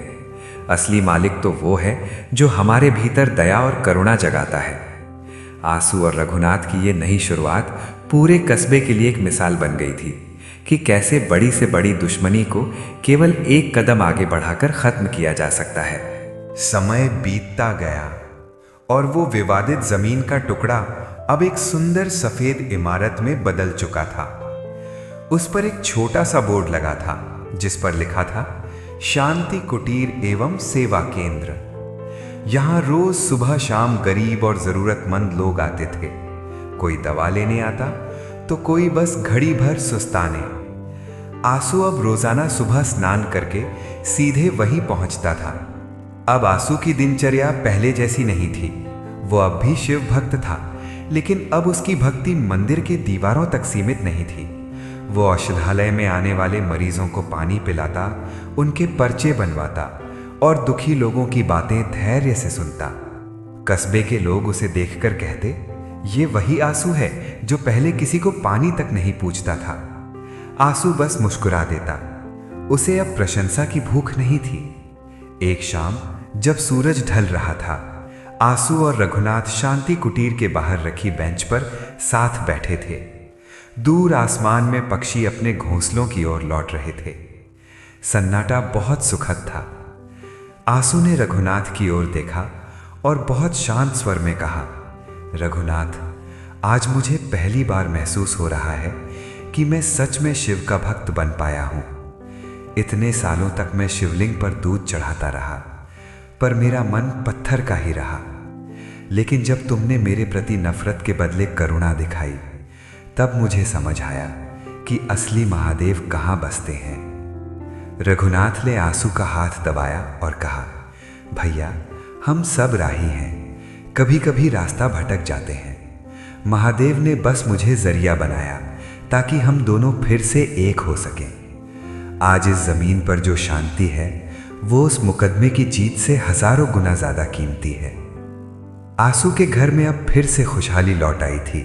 उसने एक छोटी सी किराने की दुकान फिर से शुरू कर ली थी। वो दुकान पहले जितनी बड़ी तो नहीं थी, पर उसमें बरकत बहुत थी। अब आंसू न तो किसी को कम तौलता था और न ही किसी से ऊंची आवाज में बात करता था। कविता की आंखों में अब हमेशा एक संतोष का भाव रहता था। वो अब आंसू के साथ मिलकर शाम को दीप जलाती और दोनों साथ में पूरे कस्बे के कल्याण की प्रार्थना करते। एक सोमवार के दिन आंसू फिर से उसी पुराने मंदिर गया जहां वो बरसों से जाता आ रहा था। पुजारी जी उसे देखकर हैरान रह गए। आंसू ने इस बार ना तो जोर से घंटी बजाई और ना ही सबसे आगे खड़े होने की कोशिश की। उसने चुपचाप सबसे पीछे खड़े होकर हाथ जोड़े। उसकी आंखों से 2 आंसू टपके और शिवलिंग के चरणों में गिर गए। पुजारी जी समझ गए कि आज आंसू की पूजा सफल हो गई है। कहानी का ये अंत हमें बताता है कि जीवन में धन, जमीन और अहंकार सब यहीं रह जाते हैं। जो साथ जाता है वो है हमारा व्यवहार और हमारा प्रेम। आंसू जो अपनी नफरत में जलकर राख हो रहा था, उसने रघुनाथ के प्रेम और क्षमा की वजह से एक नया जीवन पाया। वो जमीन का टुकड़ा जो कभी मौत का कारण बन सकता था, अब जीवन बचाने का केंद्र बन गया था। कस्बे में आज भी आंसू और रघुनाथ की दोस्ती की कहानियां सुनाई जाती हैं।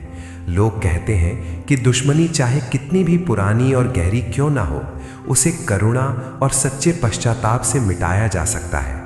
आंसू ने अपनी पुरानी पहचान को उस आग में ही छोड़ दिया था और वो एक ऐसे इंसान के रूप में उभरा जिसने सचमुच शांति को पा लिया था।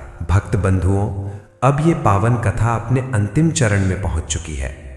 आंसू और रघुनाथ की ये कहानी हमें जीवन का एक बहुत बड़ा सत्य सिखाती है। ये सिखाती है कि अहंकार और नफरत इंसान को बाहर से नहीं बल्कि अंदर से तोड़ देते हैं। आंसू ने एक छोटे से जमीन के टुकड़े को अपनी शान और प्रतिष्ठा बना लिया और उसी अहंकार में वो अपने जीवन की सबसे बड़ी पूंजी, सुख, स्वास्थ्य और अपने पन को सब कुछ खो बैठा।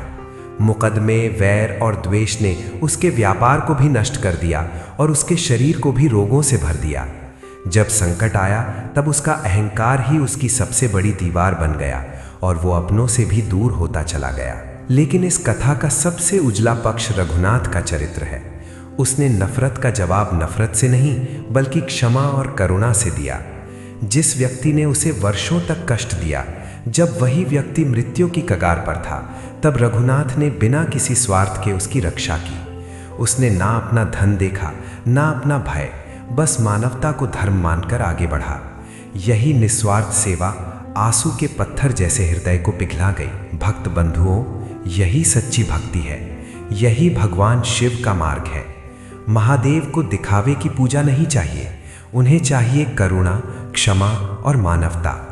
ये कथा हमें सिखाती है कि माफ करने वाला हमेशा मांगने वाले से बड़ा होता है और प्रेम वो शक्ति है जो वर्षों की दुश्मनी को भी समाप्त कर सकती है। जहां अहंकार विनाश लाता है, वहीं क्षमा और सेवा जीवन में शांति, स्वास्थ्य और ईश्वर की कृपा ले आती है। भक्त बंधुओं, अगर ये कथा आपके हृदय को छू गई हो, अगर इससे आपको जीवन में सही राह चुनने की प्रेरणा मिली हो, तो हमारे श्री ज्ञान चैनल को अभी सब्सक्राइब कीजिए। आपका एक सब्सक्राइब हमें नहीं बल्कि ऐसे ही और भक्तों तक ये ज्ञान पहुंचाने में सहायता करता है। और अंत में मेरी एक विनम्र प्रार्थना है, हे भगवान शिव, जिस भी भक्त ने इस कथा को श्रद्धा से, ध्यान से और पूरे मन से अंत तक सुना है, आप उसके जीवन से अहंकार, द्वेष और कष्ट को दूर करें। उसके हृदय में क्षमा, उसके घर में शांति और उसके जीवन में सुख समृद्धि का वास हो। कोई विपत्ति उसके द्वार तक ना आए और आपकी कृपा सदा उस पर बनी रहे। हर हर महादेव। जय शिव शंभू।